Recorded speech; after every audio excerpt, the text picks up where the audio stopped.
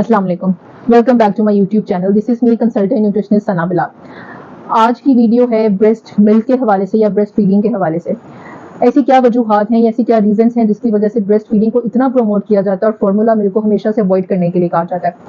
तो आज मैं आपके साथ शेयर करूंगी 5 ऐसे इंपॉर्टेंट बेनिफिट्स जिससे ये बात प्रूफ होगी कि ब्रेस्ट फीडिंग या ब्रेस्ट मिल्क जो है वो कितना इंपॉर्टेंट है बच्चे के लिए और उससे क्या क्या बेनिफिट्स हो सकते हैं उसको, और इसका इवन कोई नेमो बदल भी मौजूद नहीं है। उससे पहले अगर आपने मेरा चैनल सब्सक्राइब नहीं किया तो प्लीज मेरा चैनल सब्सक्राइब कर दें ताकि मेरे आने वाली जितनी भी वीडियोस हैं वो आप तक पहुंच सकें। देखिए, ब्रेस्ट फीडिंग अल्लाह ताला की तरफ से एक बहुत खूबसूरत तोहफा है, एक बच्चे के लिए भी और उसकी माँ के लिए भी, क्योंकि इसके इतने फायदे बच्चे को जितने फायदे मिल रहे होते हैं उतने ही फायदे माँ को भी मिल रहे होते हैं। लेकिन आज की वीडियो स्पेसिफिकली बच्चे के बेनिफिट्स के हवाले से है कि बच्चे को इससे क्या क्या बेनिफिट्स मिल सकते हैं। तो सबसे पहले नंबर पे आ जाता है कि जो दूध है माँ का, उसके अंदर इतने न्यूट्रिएंट्स मौजूद हैं बच्चे के लिए, वो एक फुल पैकेज मिल्क है। उसके अंदर जो जो न्यूट्रिशंस मौजूद होने चाहिए वो न्यूट्रिएंट्स उसके अंदर ऑलरेडी अल्लाह ताला की तरफ से मौजूद होते हैं। एक आइडियल फूड जिसको कह सकते हैं हम वो है।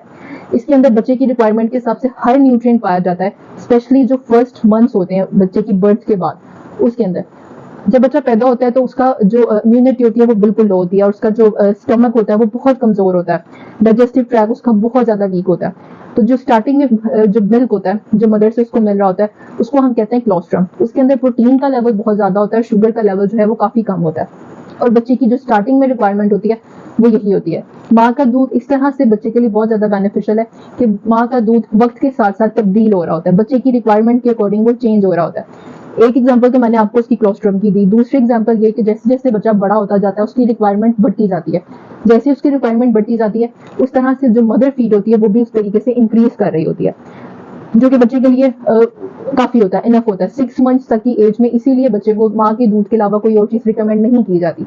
सिर्फ एक विटामिन डी है जिसकी क्वांटिटी के चांसेस हैं कि मदर मिल्क के अंदर विटामिन डी की क्वांटिटी जो है वो कम हो, इसलिए हम अक्सर अपने जो न्यू नेट्स होते हैं जो 6 मंथ्स तक के बच्चे होते हैं हम अक्सर उनको विटामिन डी के ड्रॉप्स रिकमेंड करते हैं। अब क्लोस्ट्रम की बात की जाए तो बच्चे का डाइजेस्टिव सिस्टम जो है वो बहुत इमेच्योर होता है, तो जो क्लोस्ट्रम है वो बच्चे का निजाम हाजमा जो है उसको डेवलप करने में मदद कर रहा होता है, जो कि एक फार्मूला मिल्क बिल्कुल भी नहीं कर सकता।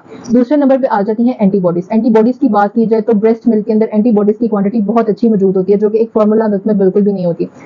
अब स्पेशली अगर इसके अंदर बात की जाए तो जो फर्स्ट इनिशियल मिल्क जो बच्चा ले रहा होता है जिसको हम क्लोस्ट्रम कहते हैं, अगर उसमें देखें तो उसके अंदर इम्यूनोग्लोबुलिन और उसके साथ में डिफरेंट और एंटीबॉडीज की क्वांटिटी बहुत अच्छी होती है। अब इम्यूनोग्लोबुलिन की अगर खास बात की जाए तो ये जो है हमारी बच्चे की बॉडी के अंदर उसका जो डाइजेस्टिव ट्रैक है, उसकी जो थ्रोट है, नोज है, वो इसके गिर्द एक जो है प्रोटेक्शन की लेयर बना देता है, जिससे क्या होता है कि वो उसको डिफरेंट बीमारियों से बचा के रखता है। अब ये एबिलिटी एक फार्मूला मिल्क के अंदर बिल्कुल भी मौजूद नहीं होती।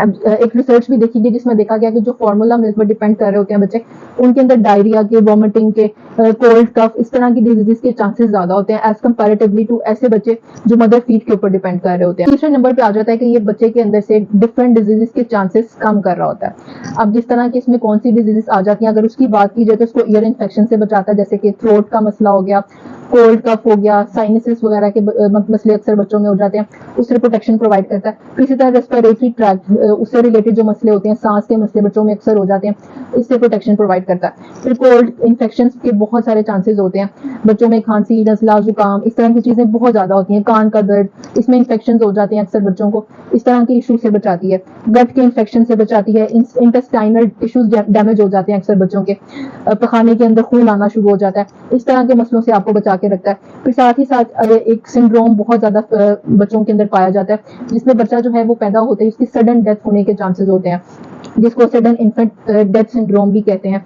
इसके चांसेस बहुत ज्यादा कम हो जाते हैं। फिर इसमें एलर्जिक डिजीजेस आ जाती हैं जैसे कि एक्साइमा, डर्मेटाइटिस, अस्थमा, इस तरह की बीमारियां।